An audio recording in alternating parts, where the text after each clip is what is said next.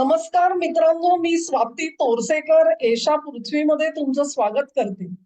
23 जून रोजी आम्ही एक व्हिडिओ केलेला होता आणि त्याच्यामध्ये 4 जुलै या अमेरिकेच्या 250 वर्ष पूर्ण होणाऱ्या स्वातंत्र्य दिनी डोनाल्ड ट्रम्प नेमकी काय घोषणा करणार आहेत आणि ती डॉलरशी रिलेटेड असेल का? डॉलरची किंमत ही सोन्याशी निगडीत पुन्हा एकदा केली जाईल का? असा एक प्रश्न मी विचारलेला होता. त्याला बेअरली 9-10 दिवस होत आहेत आणि या 9-10 दिवसामध्ये खरोखरच अशी अपेक्षा नव्हती की या सगळ्या चर्चांना वेग येईल, पण असं दिसतंय की जबरदस्त वेग आलेला आहे. आणि दुसरी मजा अशी की ट्रुथ सोशल हे त्यांचं त्यांचं सोशल मीडिया अकाउंट आहे डोनाल्ड ट्रम्प यांचा. त्याच्यावर त्यांनी एक व्हिडिओ टाकलाय आणि या व्हिडिओमध्ये ट्रम्प साहेब हे डॉक्टरच्या वेशामध्ये आलेले आहेत. त्याच्या अगोदर त्यांनी कधीतरी ते फादरच्या वेशात वगैरे पण आलेले आठवत असेल तुम्हाला. तर या डॉक्टरच्या वेशात येऊन ट्रम्प साहेब काहीतरी ऑपरेशन करणार असं दिसतंय. तर हे ऑपरेशन नेमकं कसलं आहे? राजकीय व्यवस्थेचा आहे का अर्थव्यवस्थेचा आहे? हा प्रश्न आता सगळेजण विचारायला लागले. आणि ज्या डेडली मूड मध्ये ते आहेत त्याच्यामध्ये ते कदाचित ज्युडिशियल सिस्टीमचं सुद्धा काहीतरी ऑपरेशन करून टाकू शकतील. त्यांनी हल्लीच काहीतरी एक मतप्रदर्शन केलं त्यांच्या न्याय व्यवस्थेवरती. आपल्यासारखी परिस्थिती नाही, भारतामध्ये ताबडतोबीने न्याय संस्थेचा काहीतरी अनादर वगैरे होतो. तसं तिकडे काही भानगड आहे असं काही दिसत नाही मला. निदान त्यांच्यावर कधी काही बोलण्याबद्दल काही टीका झाल्याचं नाही. पण हे ऑपरेशन नेमकं काय करणार ह्याच्याबद्दल मला उत्सुकता वाटली आणि म्हणून आज मी डॉक्टर गौरी पिंपळे यांना आमंत्रित केलेलं आहे. कारण या विषयावरती त्याच चांगला झगझगीत प्रकाश टाकू शकतील. तर गौरीताई, तुमचं स्वागत करते पहिल्यांदा. एका विचित्र अशा वातावरणामध्ये आपली भेट होते आहे आणि नेमकी म्हणजे स्पेक्युलेशन म्हणतात, उत्सुकता शिगेला पोचलेली आहे. तर सुरुवातीलाच एक विनंती सगळ्या प्रेक्षकांना करते आहे की हा जो व्हिडिओ आहे तो एशा पृथ्वीवर जसा येणार आहे तसाच गौरीताईंच्या गौरीटॉमिक्स वर येणार आहे. दोन्ही चॅनेल वरती तुम्ही बघा, तिथे लाईक करा, शेअर करा आणि चॅनेलला सबस्क्राईब करा. गौरीताई, तुमच्याकडे सूत्र देते की ही खळबळजनक बातमी नेमकी काय आहे आणि खरोखरच ट्रम्प काही पावलं उचलणार अशी काही चिन्ह दिसत आहेत का? नमस्कार. खरं तर सगळीकडे अशा अफवा पसरलेल्या आहेत. अफवाच आतापर्यंत म्हणता येईल, कारण अमेरिकी सरकारने किंवा ट्रम्प यांनी असं कुठेही सुतोवाच केलेलं नाहीये की मी 4 जुलैला अमुक अमुक करणार आहे.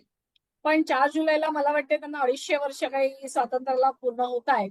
त्या पार्श्वभूमीवर ते इकॉनॉमी रिवाईव्ह करण्यासाठी प्रयत्न करतील. आणि मग इकॉनॉमी रिवाईव्ह करण्यासाठी काय प्रयत्न करतील? तर त्यांच्याकडे असलेलं सोनं हे रिव्हॅल्यू करतील. मग आपोआप डॉलर डिव्हॅल्यू होईल आणि मग बाकीचे असेट्स क्लास जो असेल त्याच्यामध्ये बदल होईल किंवा युएस ट्रेजरी गोल्ड बॅक करतील. आता या सगळ्या अफवा आहेत, पण ज्या अफवा जरी असल्या तरी मानून चालू ठीक आहे, ट्रम्प यांनी असा निर्णय घेतलेला आहे, घेतील अशी अपेक्षा बहुतेक जणांची आहे. कारण अमेरिकी अर्थव्यवस्था सुधारायचं फार मोठं आव्हान त्यांच्या समोर आहे आणि ते आत्ता नाही तर कोणाला तरी, कारण पुढच्या 10 वर्षात जर आत्ता सुधारली नाही तर परिस्थिती हाताबाहेर जाईल. तर त्याच्या आधी त्यांना जर गिअर हातात घ्यायचे असतील तर अशी काहीतरी मोठी अनाउन्समेंट करावी लागेल. आणि याच्यामध्ये काय, त्यांच्याकडे जे सोनं आहे म्हणजे 8,000 मेट्रिक टन सोनं आहे असं त्यांनी म्हटलेलं होतं. जेव्हा 71ला त्यांनी डॉलर गोल्ड बॅक काढून घेतला तेव्हा त्यांनी असं म्हटलेलं आहे. तर 8,000 मेट्रिक टन जे सोनं आहे त्याचं व्हॅल्युएशन $42 पर औंस या व्हॅल्युएशनने त्यांच्याकडे बॅलन्स शीटमध्ये आहे. मग आता ते तर जर मार्केट रेटने करायचं म्हटलं 4,000 किंवा 4,000च्या आसपास जर त्यांनी ऍडजस्टमेंट केली रेटमध्ये, जर थेट मार्केट रेट नाही तरी पण ऍडजस्ट केली तरी होईल काय, 100 पट असेट व्हॅल्युएशन वाढ. पण जेव्हा 100 पट असेट व्हॅल्युएशन आपण वाढलं म्हणतोय, थोडं कशाचं वाढलं, गोल्डचं वाढलं. पण बाकीचे असेट्स, जेव्हा गोल्डचं व्हॅल्युएशन वाढलं तेव्हा करन्सीचं व्हॅल्युएशन कमी झालं. मग करन्सीचं व्हॅल्युएशन कमी झाल्यानंतर करन्सी व्हॅल्युएशन वाढल्यामुळे ज्या असेट्स वरती इफेक्ट झालेला आहे, ज्या असेट्सचं व्हॅल्युएशन वाढलेलं आहे, त्याच्यामध्ये स्टॉक्स आहेत, बॉन्ड आहेत, डेरिव्हेटिव्ह आहेत, फ्युचर ऑप्शन्स आहेत, टोटल सगळं फायनान्शियल मार्केट आहे, रिअल इस्टेट आहे, या सगळ्याच्या किमती 100 पटीने कमी होणार का? हा इथे सगळ्यात मोठा प्रश्न निर्माण होतो. म्हणजे जी काही ट्रिलियन मध्ये अमाऊंट आपण लिहिली, त्याला 100 ने भागिले केल्यानंतर जी अमाऊंट येईल ते त्याचं नवीन व्हॅल्युएशन. मग छोट्या छोट्या गोष्टींचं व्हॅल्युएशन बदलावं लागेल. आणि एवढंच नाही तर प्रत्येक देशाला आपल्या balance of payment situation rewrite करावी लागेल. कारण जर गोल्ड तुम्ही रिव्हॅल्यू करताय आणि डॉलर जर डिव्हॅल्यू होतोय, कारण गोल्ड रिव्हॅल्यू याचा इनडायरेक्ट अर्थ डॉलर डिव्हॅल्यू झाला, डॉलर डिव्हॅल्यू होते तर बाकीच्या देशांना आपल्या करन्सी अप्रिशिएट करायला लागतील. त्यामुळे एकूण त्याचा जर क्वांटम आपण बघितला या सगळ्याचा, तर तो इतका मोठा होतोय की म्हणजे माझा विश्वास बसत नाहीये की 4 जुलैला ट्रम्प अशी काही अनाउन्समेंट करतील याच्यावरती. पण एकूण बरेच म्हणजे मार्केट एक्सपर्ट, फायनान्स एक्सपर्ट सगळेजण म्हणतात की मोठी अनाउन्समेंट होणार आहे. म्हणून मला थोडा संशय आहे की कदाचित होऊ शकते. पण आतापर्यंत आपण 3 जुलैच्या रात्री हा व्हिडिओ करतोय, मला अजूनही विश्वास बसत नाही की अचानक 4 जुलैला ट्रम्प असं काहीतरी करतील आणि मार्केटला धक्का देतील. म्हणजे आता बघा की आतापर्यंत सोनं हे काहीतरी 5,000 5,500 पर्यंत चढलं होतं.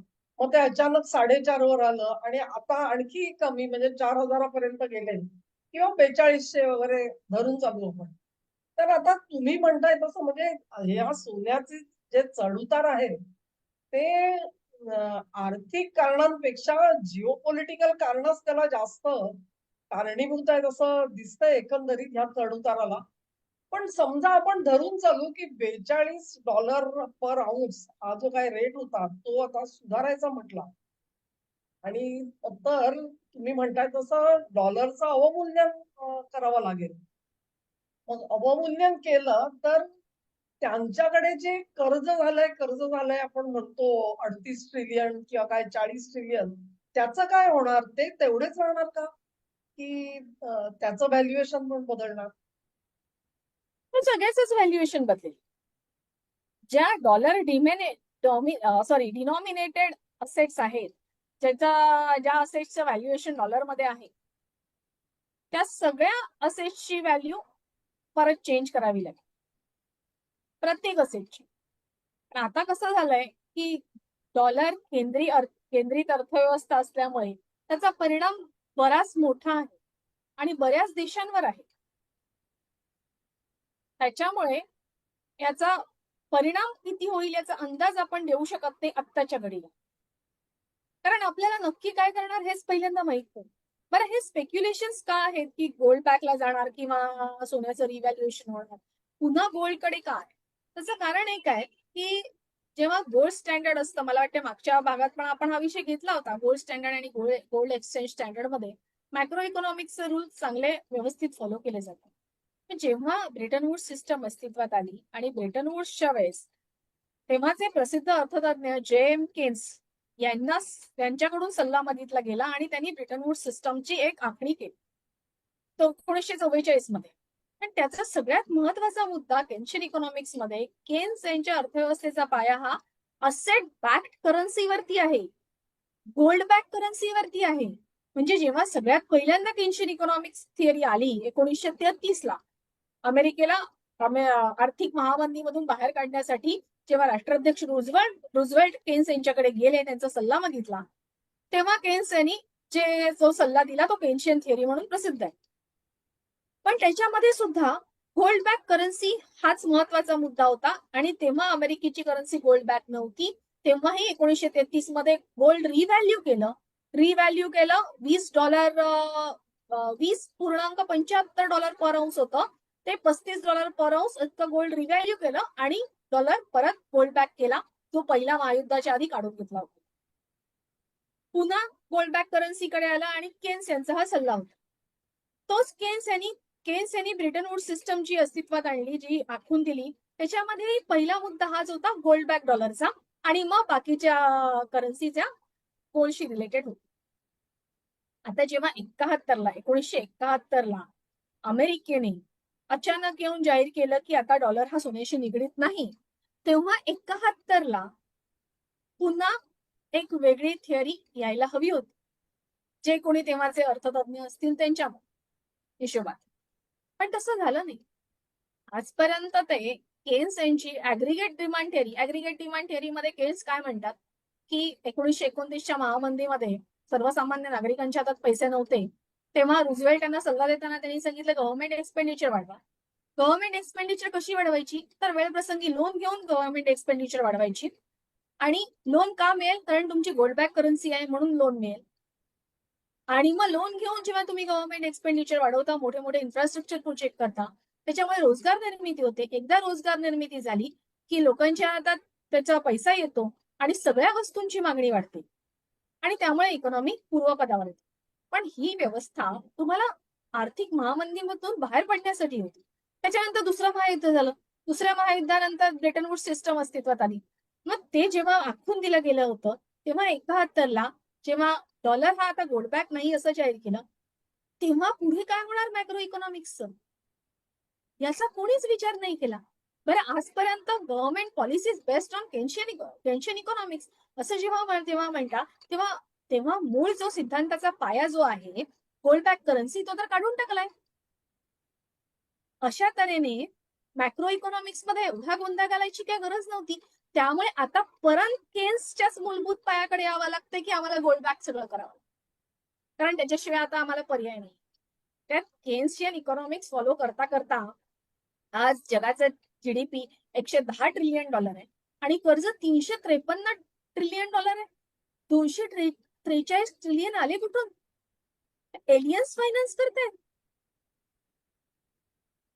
केन्सच्या नावाखाली तुम्ही खर्च वाढवले, त्याच्या हिशोबात तुम्ही कर्ज घेणंही वाढवलं. पण केन्सनी जेव्हा 1944ला ब्रेटन वूड्स सिस्टम अस्तित्वात आणली, तेव्हा फायनान्शियल मार्केट्स एवढे कॉम्प्लेक्स नव्हते. आज प्रचंड कॉम्प्लेक्स आहेत. केन्सच्या काळात स्टॉक मार्केट, बॉन्ड किंवा डेरिव्हेटिव्ह, कमोडिटीज हे सगळं एवढं कॉम्प्लेक्स सिच्युएशन मध्ये नव्हतं. आज तुम्ही इतकं फायनान्शियल वेब कॉम्प्लेक्स करून ठेवलाय की त्यातला एक जरी धागा तोडला तरी कोणाचा कोण कोणावर कोसळेल याचा अंदाज देऊ शकत नाही. आणि आता परत तुम्हाला केन्सच्या मूलभूत पायाकडे जर जायचंय तर तुम्ही ते तोडलंच का? म्हणजे मला कधी कधी असं वाटतं, मी गमतीने म्हणते, केन्स जर पुन्हा जिवंत झाले तर एकेकाचा मुस्काट फोडतील. कारण काय आहे, सगळं काही केन्स यांच्या नावावरती ढकलून द्यायचं इतकं ते मोठ्या प्रमाणावर झालेलं आहे का विचारायची सोय नाही. म्हणजे तुम्ही एक महत्वाचा मुद्दा सांगितलात की केन्सनी जेव्हा सांगितलं की डॉलरशी निगडीत करा, कारण डॉलरवर लोकांचा विश्वास बसला पाहिजे आणि त्यांनी तुमच्याकडून बॉन्ड्स घेतले पाहिजेत, तर तुमचे कर्जरोखे घेतले जातील आणि तुम्हाला सोशल वेलफेअर स्कीम्स राबवता येतील. म्हणजेच एकंदर जागतिक बाजारामध्ये आज डॉलरची पत गेलेली आहे. त्याची किंमत तशीच राहिली असेल, पण त्याच्यावर कोणी विश्वास ठेवायला तयार नाही. आणि ह्याचं इंडिकेशन दुसरं मला असं वाटतं की कोणीही लॉंग टर्म लोन्स घ्यायला तयार नाही, लॉंग टर्म डेट्स घ्यायला तयार नाही. आणि ती जर का म्हणजे आज अमेरिकन सरकारला फक्त शॉर्ट टर्म डेट्स द्यायला लागत आहेत. लॉंग टर्म डेट्स द्यायची असतील तर त्यांना कुठेतरी सोन्याशी परत निगडीत करावं लागेल.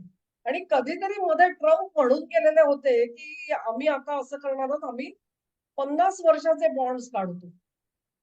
50 वर्षानंतर त्या डॉलरची किंमत काय राहणार हे कोण शब्देवरती सांगणार आहे? आजच जर का विश्वास नसेल तर.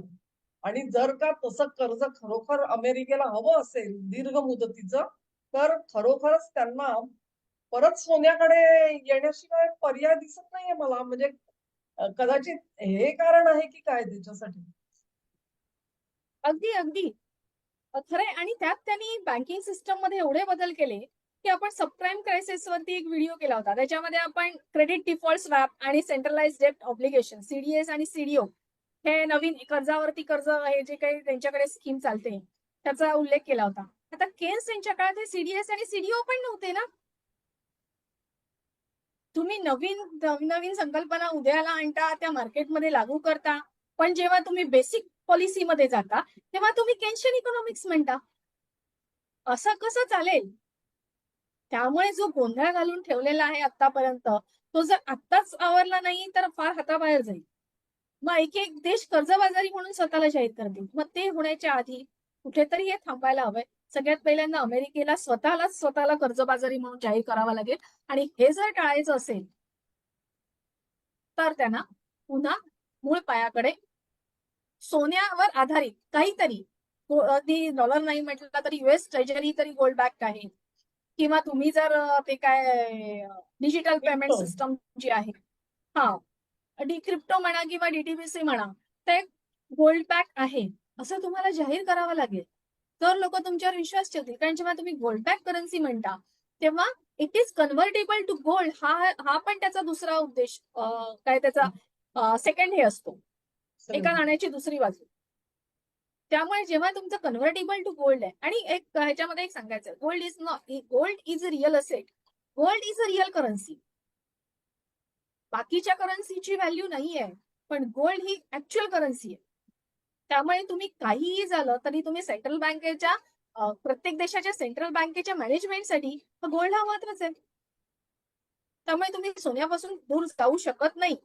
म्हणजे भारत जेव्हा म्हणतो आपण की फार मोठ्या प्रमाणावर व्यापार करत होता, भारताचा व्यापार चालत होता, तेव्हा भारत एक्सपोर्ट करत होता बऱ्याच गोष्टी, तेव्हा भारतीय सोनंच तर घेऊन येत होते. जो काय असेल व्यापाराचा डिफरन्स, तो ती बेसिक मॅक्रो इकॉनॉमिक मॉडेल. जेव्हा तुम्ही फियाट करन्सी आणून बेसिक मॅक्रो इकॉनॉमिक्सला जर धक्का लावत असाल तर सगळ्या गोष्टी सिस्टम अलाव नाही करू शकत. पण हे समजा त्यांनी करायचं म्हटलं तर त्या स्टॉक मार्केटचं काय होईल? कारण अमेरिकेमध्ये असं म्हणतात की अगदी मुठभर अशा कंपन्या आहेत की ज्यांचं व्हॅल्युएशन म्हणजे एकंदर स्टॉक मार्केटचं मेजर पोर्शन असेल. 60-70% व्हॅल्युएशन हे मुठभर कंपन्यांच्या साठी राखून ठेवल्यासारखं झालेलं आहे. त्यांचं काय होईल? कारण I mean it's so difficult to imagine also. आणि त्याच्यामध्ये वैशिष्ट्य असे अमेरिकन स्टॉक मार्केटचं की त्यांचं 70% आयटी सेक्टर कंपनी आहे. आयटी सेक्टरच्या कंपन्यांचा प्रॉब्लेम हा असतो की त्यांच्याकडे सॉलिड असेट्स नसतात. आपल्या सगळ्यांना माहिती, आज घेतलेला आपण जर मॅकबुक घेतलं तर उद्या विकायला गेल्यानंतर त्याची तेवढीच किंमत मिळत नाही. तर आयटी सेक्टरमध्ये असलेले असेट्स काय आहेत? असेट नाहीये, त्यामुळे त्यांचं व्हॅल्युएशन हे ऑलवेज बबल आहे. मॅन्युफॅक्चरिंग सेक्टरचं तसं नसतं. मॅन्युफॅक्चरिंग सेक्टरकडे रिअल असेट्स असतात. ते अंगारात जरी काढले तरी त्याची व्हॅल्यू मिळते, एका ठराविक दराने त्याची व्हॅल्यू मिळते. त्याच्यामुळे मॅन्युफॅक्चरिंग सेक्टरची व्हॅल्युएशन असते ती ऍक्च्युअल व्हॅल्युएशन असते. तुम्ही जेव्हा आयटी मुळे आलेला हे म्हणता व्हॅल्युएशन वाढलेली आहे, इट्स बबल. कारण तुम्ही अकॉर्डिंगली असेट मॅच नाही करत. तुम्ही जे असेट मॅच केले त्याची ही व्हॅल्यू इन्फ्लेटेड आहे ना, तुमच्याकडे जे काही असेट्स असतील ते. तर परसिव्ड व्हॅल्यू त्याच्यामुळे आहे. इंटलेक्च्युअल प्रॉपर्टी जरी म्हटली तरी सुद्धा ती पण परसिव्ड व्हॅल्यू आहे. नाही, खरं खरंय, रिसेलेबल आहे सांगता येत नाही. नाही सांगते. पण जेव्हा एखादी मॅन्युफॅक्चरिंग कंपनी एक पेन बनवते आहे, तर त्या पेनाची आत्ता किंमत 10 रुपये असेल तरी तिला उद्या 2 रुपये मिळणार आहेत, कन्फर्म मिळणार आहेत. पण तुम्ही जेव्हा काहीच ऍक्च्युअल प्रोडक्ट बनवत नाही तेव्हा इथे प्रॉब्लेम होतो. आणि त्याच्यामुळे स्टॉक मार्केट कोसळलं तर ते फार पटकन स्टीप स्लाइड म्हणता येईल अशा प्रकारे असते. पण मला स्वतःला अजूनही असं वाटते, आपण व्हिडिओ करतोय तरी, की असं एका दिवसात निर्णय नाही घेतला जाणार. कारण ते खूप कठीण आहे सांभाळायला सगळ्यांनाच, सगळ्याच देशांसाठी, फक्त अमेरिकेसाठी नाही, सगळ्या देशांसाठी. कारण तुमचं पहिलं सर्किट ब्रेकर लागेल, मग दुसरं लागेल, मग तिसरं लागेल, मग किती दिवस स्टॉक मार्केट थांबवून ठेवावं लागेल, याला पण हे पण लिमिटेशन्स येतात. तर तोपर्यंत विश्वास उडून जातो इन्व्हेस्टर्सचा. मग त्याच्यानंतर मग सगळी फंडिंग काढून घेतली जाते. मग एकदा इकडून फंडिंग काढून घेतली गेल्यानंतर दुसऱ्या कुठल्या तरी असेटवरती परिणाम होणार, मग परत त्या असेटची व्हॅल्यू डाऊन होणार. म्हणजे ते एकदा जर सर्कल चालू झालं तर मग ते आपण ते पत्ते लावलेले असतात आणि एक मधलाच पत्ता काढल्यानंतर ज्या प्रकारे ते पत्ते धाड धाड धाड धाड एकमेकांवर कोसळतात तसं काहीतरी होईल. आणि ते होऊ नये असं माझी आता ही इच्छा आहे. मला आता दोन गोष्टींची मजा वाटतेय. एक म्हणजे भारत सरकारने अमेरिकेशी ट्रेड डील टाळलेलं आहे घाईघाईत करायचं. So was that decision link to this again, की हे जर का रिव्हॅल्यू करणार असतील तर नेमकं काय होणार आहे ते कळायच्या आधी ट्रेड डील हवंच आहे कशासाठी? आणि दुसरा कदाचित एक मला हा आणि दुसरा नाही मला एक बरोबर मुद्दा आहे. सुचला आहे, तो असा आहे की त्यांनी जे आपण जनरल इलेक्ट्रिक कडून जे विमानाची इंजिन्स घेणार होतो, त्या इंजिनची किंमत डायरेक्टली तिप्पट करून टाकली आता. आणि म्हणजे त्याला बुचकळ्यात टाकलं नेमकं की हे काय करतायत आणि ती इंजिन्स आपल्याला परवडणार का नाही असा प्रश्न एक तयार झालेला आहे.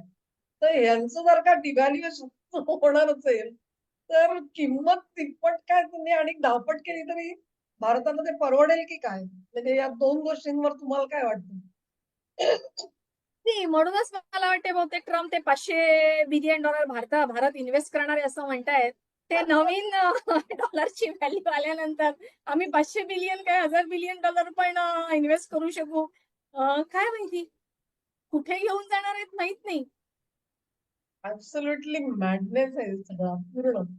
आणि मला सगळ्यात दया येते त्या युरोपियन्सची दया येते, कारण ते कुठेच नाहीयेत. त्यांचा युरो इतका कमकुवत झालेला आहे की अं, एक तर बेसिक इकॉनॉमी सगळ्या ठिसूळ झालेल्या आहेत. बेसिक पॅरामीटर सगळे हल्लेले आहेत त्यांचे. स्वतःहून सांगतायत आम्हाला IMF कडे जायला लागणार आहे. तेव्हा त्यांचं काय होईल हे जर का एवढी प्रचंड फ्लक्च्युएशन आली.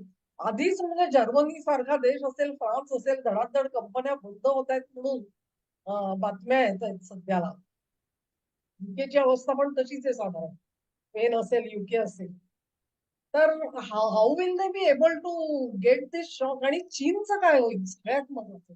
कारण चीनचं सगळं जे काम आहे ते डॉलरशी निगडीत आहे आणि त्यांनी एक चलाकी केलेली आहे की त्यांनी त्यांचा घरगुती वापराची करन्सी आणि इंटरनॅशनल व्यवहाराची करन्सी ह्याच्यामध्ये आधीपासूनच फरक करून ठेवलेला आहे. त्याच्यामुळे त्यांच्यासाठी ऍब्सॉर्प्शन कदाचित सोपं होऊन जाईल. 2015ला चीनने हे केलं की इंटरनॅशनल एक्सचेंज रेट वेगळा आणि त्यांचा जो डोमेस्टिक आहे तो वेगळा.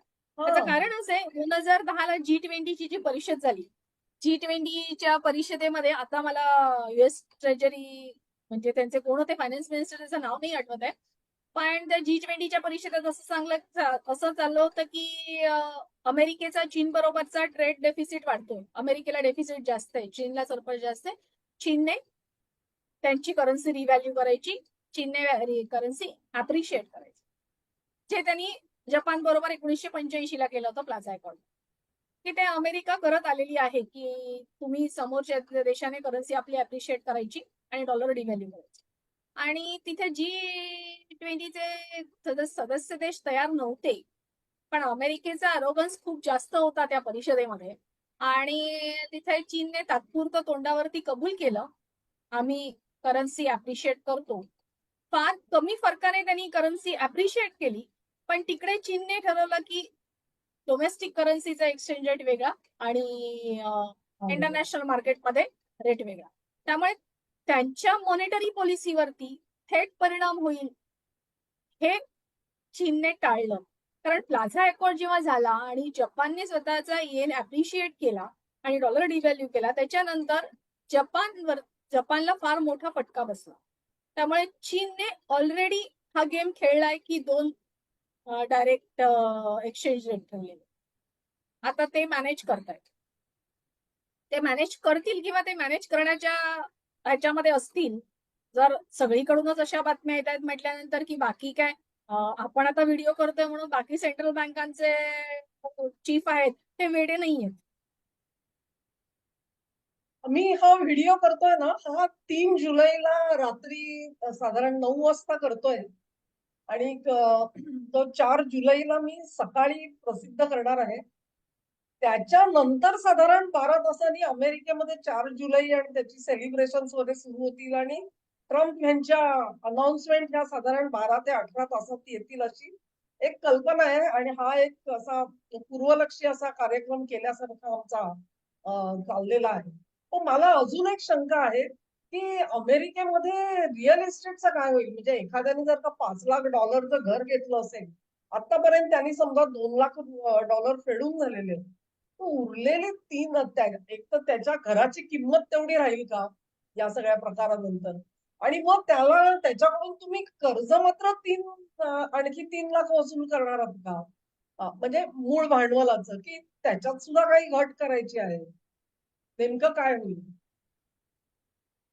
त्यांना ते एक रूल फ्रेम करावे लागतील. रिव्हॅल्यू हा. करायचं म्हटल्यानंतर त्यांना रूल फ्रेम करावे लागतील, किती प्रमाणात कसं करायचं, आणि मग पुन्हा ते लोनची अमाऊंट परत त्याच्यामध्ये चेंजेस करून ते त्यांना फ्रेम करावं लागेल.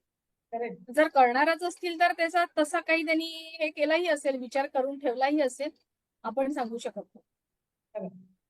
बरोबर आहे. आणखी एक आपल्याकडून आपण एक घोषणा झालेली आठवते मला.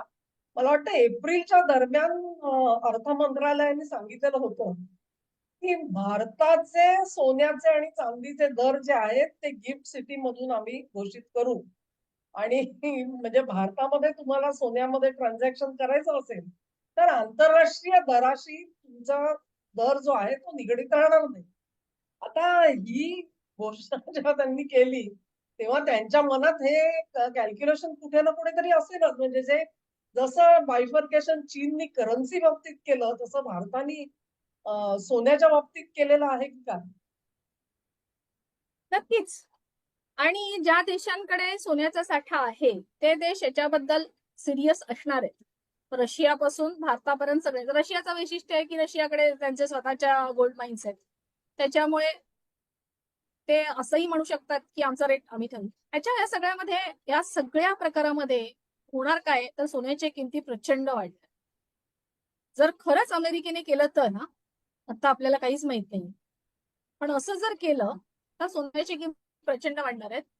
2 दिवसापूर्वी रॉबर्ट कियोसाकीचा ट्विट होता. ते म्हणतात जेम्स जी रिकार्ड्स म्हणतायत की सोनं $35,000 पर औंस जाईल. आता जेम्स रिकार्ड्स हे नुसतं नाव जर गुगलवर सर्च केलं तर कळेल तुम्हाला. जेम्स रिकार्ड्सचा मॅक्रो इकॉनॉमिक वरती खूप होल्ड आहे, प्रचंड. रेफरन्स बुकही चांगली आहेत त्यांची सगळीच, आणि त्याच्यामुळे आपल्याला सगळा अंदाज येतो एकूण करन्सी मॅनेजमेंट आणि सगळा. पण जर जेम्स रिकार्ड्स म्हणत असतील तर $35 पर औंस होईल, तर आपण काय बोलणार? गॉड, ते खरोखर अतर्क्य आहे सगळं.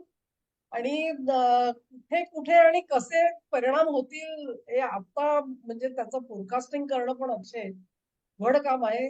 नेमकी ज्या वेळेला घोषणा होईल तेव्हा आपण त्याचे नेट परिणाम जे आहेत, ठळक जे काही उदाहरणं असतील ती आपल्याला बघायला मिळतात. ह्याच्यामध्ये आणखी एक भर कसली पडणार आहे तर जोरदार भूमिका इथे भारतात पण आहे की 5 जुलैला आपल्याकडे मंत्रिमंडळ बदलत आहे. तिकडे तिकडे अमेरिकेचा हा आर्थिक धक्का येईपर्यंत आपल्याकडे जेव्हा 5ची सकाळ उजाडलेली असेल तर आपल्याला मंत्रिमंडळाचा धक्का पण बसणार आहे का, हा अजून एक मुद्दा झाला. अर्थात सगळे एकदम इतके नको. आधीच माझा मेंदू तरी काम करेन असं होतोय, असं एवढं सगळं आणि काय होईल जर बसतोय. खरंच ट्रम्प यांनी अनाउन्समेंट केली तर आम्हाला पण घाईघाईमध्ये व्हिडिओ करावा लागेल ना. नाही तो करायलाच लागेल कारण आय मीन डेफिनेटली 250 वर्ष पूर्ण होत आहेत तेव्हा काही ना काहीतरी वेगळं घडणार आहे याच्याबद्दल आपल्या मनामध्ये काहीही शंका असायला नको. आणि मोस्ट लाईकली कारण आज अमेरिकेसाठी अर्थव्यवस्था हाच सर्वात मोठा आहे. त्याच्याबद्दल काही ना काही होईलच. याच्यानंतर मग असं जर का अमेरिकेने केलं तर मग ब्रिक्सला आपल्या करन्सी बद्दल कदाचित विचार करता येईल. अर्थात त्याच्यासाठी भारत तयार असायला पाहिजे. किंवा गोल्ड बॅक जर का केलं तर मग I think there should be no issue about it. तेही बघावं लागेल म्हणजे. ठीक आहे. अजून तुमचे काही मुद्दे असतील तर आपण मांडूया. आज नाही, पूर्ण मैदान आज मोकळं आहे. बरंच बोललो आपण. पण एकच आहे, आता एकच आहे की हे फक्त ज्या काही अफवा सोशल मीडियावरती किंवा युट्यूब आणि फायनान्शियल एक्सपर्ट सगळीकडे मत मांडतायत, त्याच्यावरती आधारित आम्ही हा व्हिडिओ केलेला आहे. आम्ही व्हिडिओ केला याचा अर्थ हा नाहीये की ट्रम्प असा निर्णय घेणार आहेत. आम्हालाही काहीच माहित नाहीये. तर बघूया उद्या काय होतंय. म्हणजे नेहमी असं म्हणतात take it with a pinch of salt. तर आम्ही असं म्हणतो चांगलं गाडाभर मीठ घाला या अफवांमध्ये आणि मग बघा. अं, हा एक बौद्धिक त्याला काय म्हणतो आपण एक्झरसाइज असं समजा तुम्ही. म्हणजे असं झालं तर काय होईल, तसं झालं तर काय होईल, कारण ह्याच्यातून सुद्धा अर्थशास्त्राचे अनेक नियम शिकता येतात. असा एक्झरसाइज तसं व्हायलाच पाहिजे असं काही नाहीये. पण ज्या वेळेला असं थोडंफार कुठेतरी व्हायला लागतं तेव्हा जसे जसे आपले सैन्याचे लोक असतात ना ते वॉर गेम्स खेळत असतात. ते वॉर गेम्स का खेळतात? कारण मेंदूला कुठेतरी सराव होतो. की हे अशी सिच्युएशन आली तर मला काय करता येईल? आणि मग प्रत्यक्ष युद्धाची जेव्हा परिस्थिती असते ना, तो कागद नुसता फक्त ओढून काढतात, ते वाचतात आणि थोडेफार बदल करून ते इम्प्लिमेंट करू शकतात. त्याला वॉर गेमिंग म्हणतात. तसं एक प्रकारचं हे वॉर गेमिंग आहे असं समजा. त्याच्यात अफवांचा भाग जो आहे तो मोठा आहे असंही आपण गृहीत धरू. पण त्या दृष्टिकोनातून या व्हिडिओकडे बघा म्हणून तुम्हाला खास विनंती करते आहे. गौरीताई आज आल्या आणि आपल्याला खूप महत्वाची माहिती दिली त्याबद्दल त्यांचे आभार मानते. पुन्हा एकदा दोन्ही चॅनेल एशा पृथ्वी आणि गौरी नॉलेज दोन्हीकडे हा व्हिडिओ तुम्हाला बघायचा आहे, सबस्क्राईब करायचा आहे, लाईक करायचा आहे, शेअर करायचा आहे. आणि सहकार्य तुमचं असं चालू ठेवायचंय. गौरीताईंचे परत एकदा खास आभार मानते. धन्यवाद.